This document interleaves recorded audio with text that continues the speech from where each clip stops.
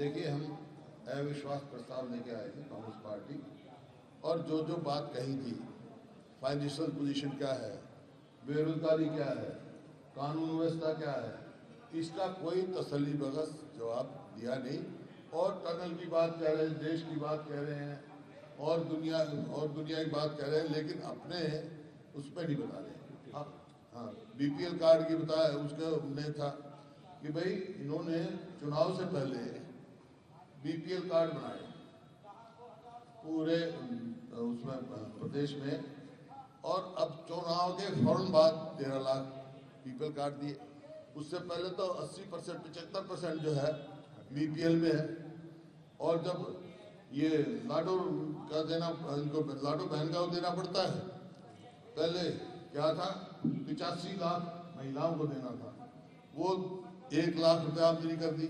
जब बीपीएल है 75% तो उनका हक है, वो उनके साथ धोखा हो रहा है। और आर्थिक स्थिति हरियाणा की बहुत खराब है, ये मैं नहीं कह रहा, ये नीति आयोग की रिपोर्ट है कि Haryana rank 14 out of 18 major state in NITI Aayog physical health index में 14वें नंबर पे फिसड्डी है।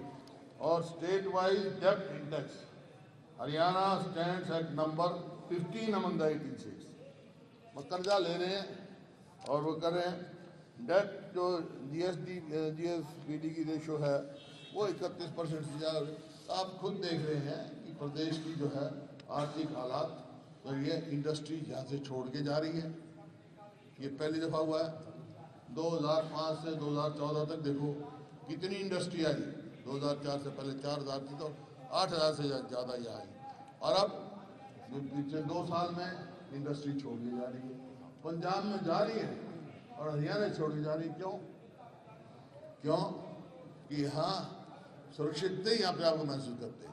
ये मैं नहीं कह रहा, गृह मंत्रालय की रिपोर्ट है, हरियाणा देश में सबसे ज़्यादा असुरक्षित प्रदेश है।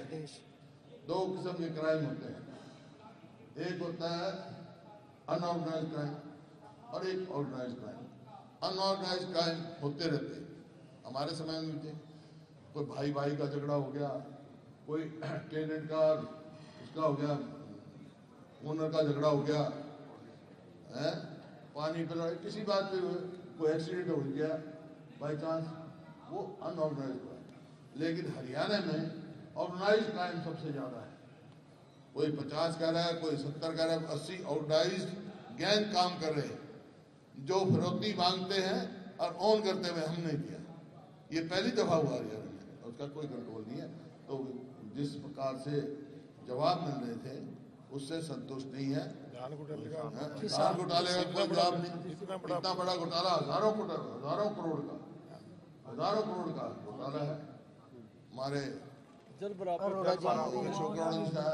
कंपनसेशन का सबने डिटेल दी, बिल्कुल गलत है। लोगों के खेत डूबे हुए हैं, मतलब 5.5 लाख का वो देना था, 5.5 लाख किसी चीज का कोई जवाब नहीं दिया। 5 लाख ने अप्लाई किया, 53,000 को दिया। अनएम्प्लॉयमेंट 3% बता दी, जबकि 13% है। नेशनल स्ट्रेटजी से लिमिटेड की जो गवर्नमेंट की है उसमें 15% हरियाणा दिया, 13.5%। इसी प्रकार से हर उसमें। और आप बता दें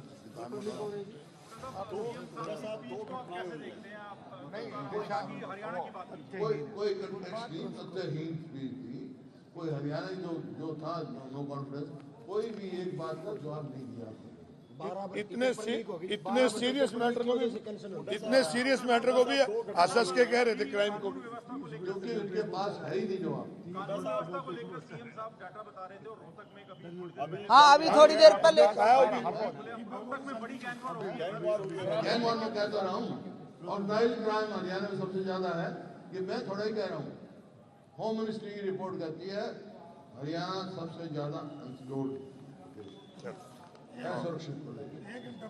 धान घोटाले की आप जिक्र कर रहे हैं, सरकार ने अब तक इस पे जो एक्शन लिया है, चाहे वो मार्केट कमेटी के सचिव 38 सचिव 4 छोटे किए गए हैं, और इसके अलावा फूड सप्लाई इंस्पेक्टर सस्पेंड किए गया है। क्या लगता है कि सरकार मान रही है कि हाँ बिल्कुल।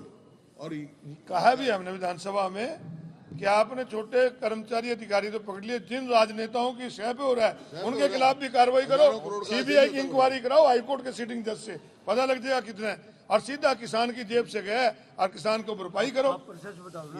ये मैं गारंटी के साथ कह सकता हूँ, यहाँ भी कहा, कई साथियों ने कहा, मैं भी कई मंडियों में गया, एक भी किसान मेरे को ये नहीं मिला जो कहता मेरे को एमएसपी मिलाओ, एक भी। मोटा साहब, विपक्ष के नाते इनेलो को इस अविश्वास प्रस्ताव में क्यों नहीं शामिल किया गया? वो तो मीटिंग है, आज से थोड़ा ही, सबको मालूम। आज भी देख लिया होगा।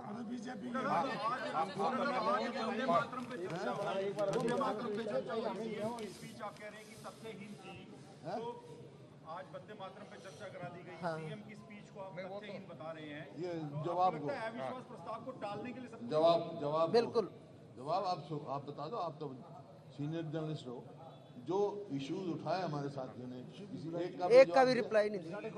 2 घंटे हो गए तकरीबन, एक का भी आया।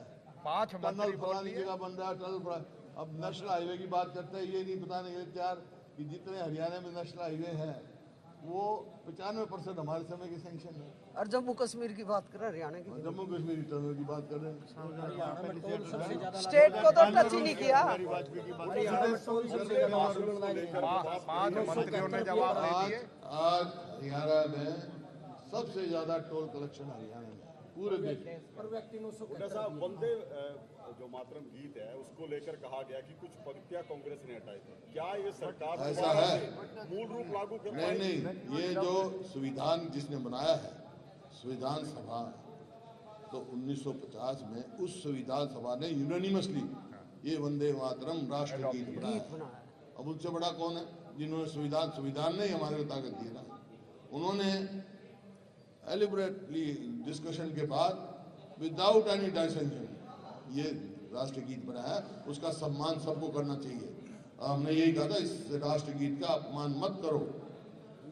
सांकेतिक तौर पे कांग्रेस की जीत हुई है, जो जिस तरह का माहौल बना सदन में, हम तो लोगों की आवाज उठाना चाहते हैं, लोगों की आवाज उठाई हमने, लोगों की समस्या उठाई और देख लो, कोई सी बात का भी जवाब नहीं है, किसी का कोई रिप्लाई नहीं। बंकिम साहब का जो वंदे मातरम का गाना का गीत था, वो अडॉप्ट किस कब हुआ था पूरा, उस बात के लिए कह रहे हैं, उस बात के लिए जो अडॉप्ट किया वो आज तक भी चल रहा है। उस समय कहाँ थे ये लोग? और उस समय कहाँ पर थे ये? श्यामा प्रसाद मुखर्जी कॉन्स्टिट्यूशन असेंबली में थे और कैबिनेट में थे। वंदे मातरम का सवाल जो है वो उस टाइम संविधान सभा ने राष्ट्र गीत में किया था, श्यामा प्रसाद मुखर्जी भी थे, कोई डाइसेंशन नहीं था वहाँ, सबने अडॉप्ट किया था ये। और ये अपना रविंद्रनाथ टैगोर ने इसको किया था।